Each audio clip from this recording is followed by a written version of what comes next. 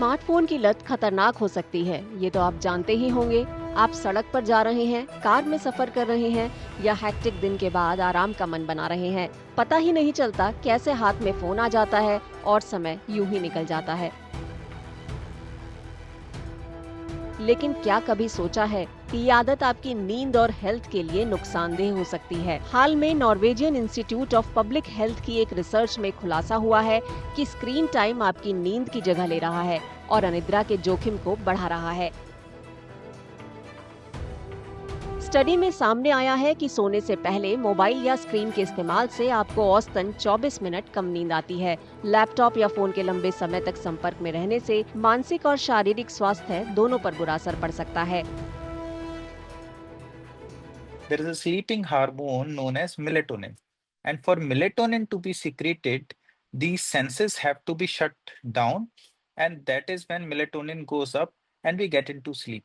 Now, screen time affects this a lot. So, screen time doesn't only mean that we are getting affected by blue rays.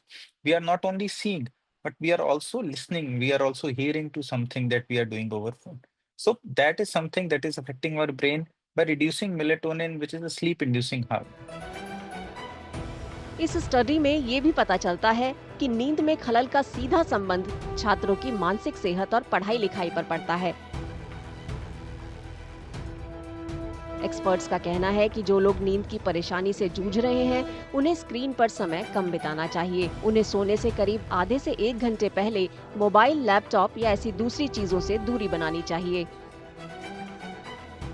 In fact, the research of American Academy of Pediatrics says that quality of sleep is directly related to the attention, the concentration, memory, learning abilities, as well as the behavior of the kid.